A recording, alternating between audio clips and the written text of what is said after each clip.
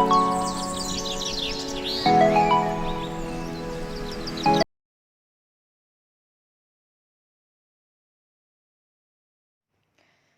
All my lovely students, welcome back to online companion commerce classes. मैं हूँ संचिता, आपकी commerce teacher.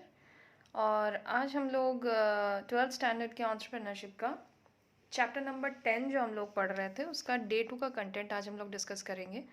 So we were studying about the kinds of resources and the name of the chapter was resource assessment.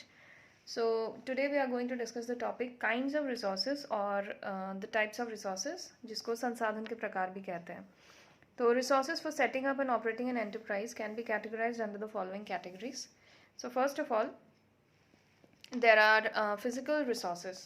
So जो भी हम लोग संसाधन पढ़ रहे थे उसका फर्स्ट टाइप जो हम लोग पढ़ने जा रहे हैं दैट इज़ फिजिकल रिसोर्सेज, जिसको भौतिक संसाधन भी कहा जाता है.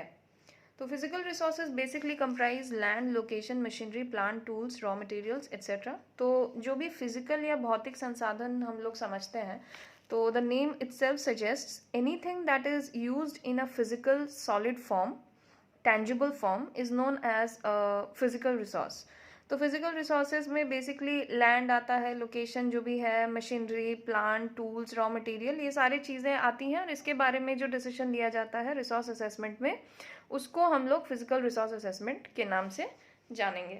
तो बेसिकली ये इस चैप्टर में हम लोग बेसिकली क्या समझ रहे हैं, रिसोर्स असेसमेंट यानी संसाधन निर्धारण. The types of resources that is needed by the organization or the enterprise set up by the entrepreneur has to be decided under this topic.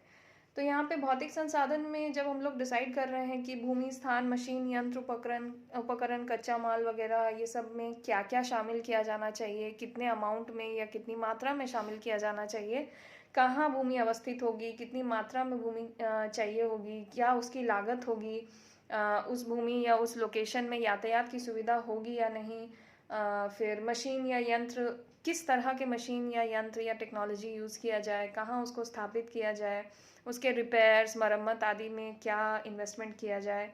फिर long term, short term investment, क्योंकि physical resources में investment बड़ा होता है, तो इसमें long term कितना amount, कितना फिनेंस हम लोगों को इन्वॉल्व करना है या इन्वेस्ट करना है, शॉर्ट टर्म में कितना कॉस्ट हम लोगों को लगेगा. आधारभूत इंफ्रास्ट्रक्चरल फैसिलिटीज सच एज पानी, बिजली, यातायात की सुविधा, पर्यावरण, ये सारी चीज़ें फिजिकल रिसोर्सेज असेसमेंट में देखी जाती हैं. ठीक है. उसके बाद आते हैं हम लोग टाइप 2 ऑफ द रिसोर्सेज, यानी दूसरे तरह के जो रिसोर्सेज आज हम लोग पढ़ेंगे उसे हम लोग टेक्निकल रिसोर्सेज के नाम से जानेंगे, यानी तकनीकी संसाधन. The use of technology is mandatory in today's business. Of course, we know that because without the use of technology, no business can flourish in today's time. आज के डेट में टेक्नोलॉजिकल एडवांसमेंट है, टेक्निक्स नए नए use किए जाते हैं, softwares वगैरह नए नए यूज़ किए जाते हैं. तो टेक्निकल रिसोर्सेज पे या तकनीकी संसाधनों पे बहुत अच्छे से ध्यान देना पड़ता है और उसका इन्वेस्टमेंट जो है थोड़ा सोच समझ के किया जाना चाहिए. So various technologies and techniques such as production process, communication and information technique for operating various machines need to be decided under this head. तो यहाँ पे जो तकनीकी संसाधन के अंतर्गत विभिन्न ऐसी तकनीकें आती हैं जिनका उपयोग आज के डेट में प्रोडक्शन वगैरह की एक्टिविटीज़ में किया जाना चाहिए, और वो अनिवार्य है, वो कंपलसरी है, you can not skip that. तो यहाँ पे तकनीक, उत्पादन का जो तकनीक आप लोग फॉलो करेंगे, उत्पादन की प्रक्रिया, सूचना संचार, मशीन, यंत्र वगैरह में क्या टेक्नोलॉजी यूज़ किया जाएगा, इससे संबंधित सारी बातें इस टॉपिक के अंदर डिसाइड की जाती हैं एक उद्यमी के द्वारा. तो जैसे कि साहसी स्वयं विभिन्न तकनीकों की जानकारी रखता है या नहीं, वो उसे खुद भी सेल्फ एनालिसिस करना है. देन टेक्निक जो भी आप यूज़ कर रहे हैं, डिज़ाइन वगैरह, आपके फैक्ट्री का लेआउट कैसा होगा, प्रोडक्ट का डिज़ाइन कैसा होगा, मशीनरी वगैरह कैसा यूज़ करेंगे, टेक्निक जो यूज़ कर रहे हैं उसके लिए विशिष्ट या स्पेशलाइज्ड कर्मचारी या वर्क फोर्स या मैन पावर जो भी है आप वो कहाँ से लेकर आएंगे, कैसे लोग लेकर आएंगे, कौन सी तकनीक किस प्रणाली के लिए आप यूज़ करेंगे, तकनीक में कितना कॉस्ट आपका आएगा, कौन से टेक्नोलॉजी में आपको कितना कॉस्ट बेयर करना पड़ेगा, वो सारी बातें इस टॉपिक के अंदर एक एंटरप्रेन्योर को डिसाइड करना पड़ता है. अब आते हैं हम लोग the third type of resources that we are going to discuss under this topic, that is human resources. सबसे इम्पोर्टेंट रिसोर्स हम लोग इसी को मानते हैं। क्यों मानते हैं? Because all other resources are artificial resources. Artificial in the sense कि वो सारे इनएक्टिव रिसोर्सेज होते हैं, उनको एक्टिविटी में लाने के लिए ह्यूमन रिसोर्स की आवश्यकता होती है। तो लाइकवाइज ऑल हम लोगों ने पढ़ा हुआ है बीएसटी में भी कि human resource is the resource which mobilises all other resources.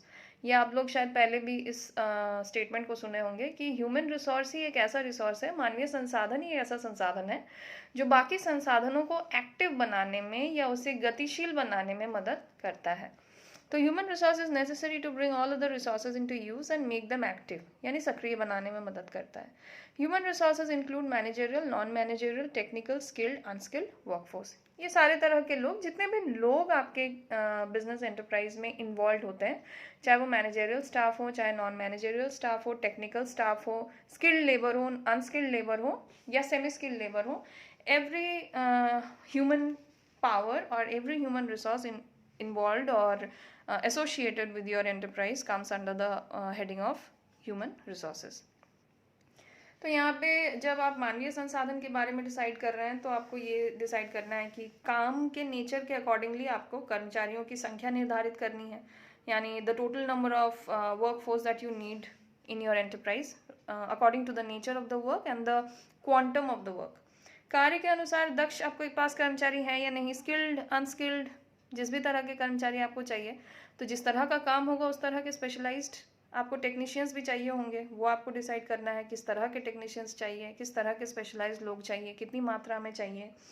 कर्मचारियों को काम करने की उचित वातावरण दी जाएगी, कैसे दी जाएगी, वो आपको सोचना है। कार्य के प्रति कर्मचारियों को अभिप्रेरित कैसे किया जाना है, ये भी आपको सोचना है।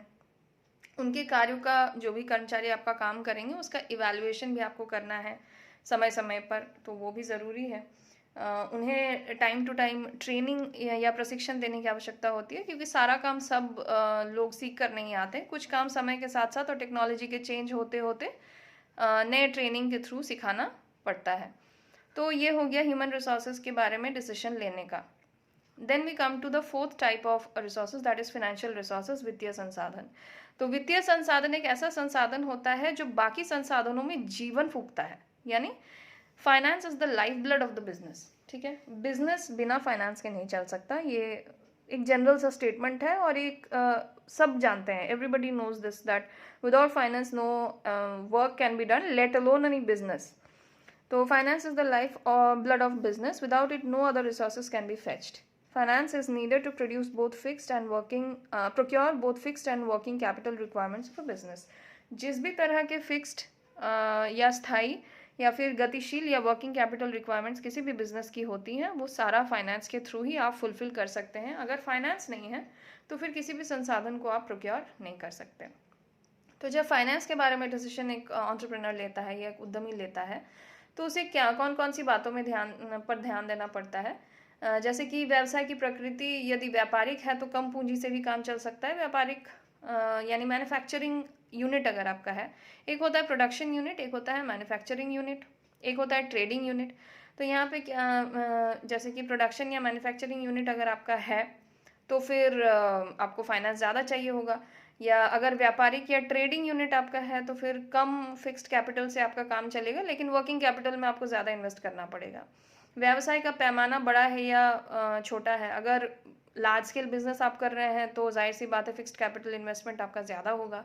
अगर छोटे लेवल पे स्मॉल स्केल बिजनेस आप कर रहे हैं तो फिक्स्ड कैपिटल इन्वेस्टमेंट आपका कम होगा।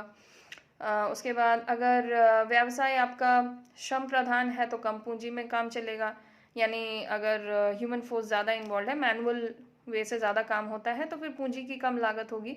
अगर ज़्यादा आप ऑटोमेटेड वे में या टेक्निक या टेक्नोलॉजी का यूज़ करके आप अपने प्रोडक्शन एक्टिविटीज़ ज़्यादा चलाते हैं तो फिर आपको ज़्यादा फिक्स्ड कैपिटल का इन्वेस्टमेंट करना होगा।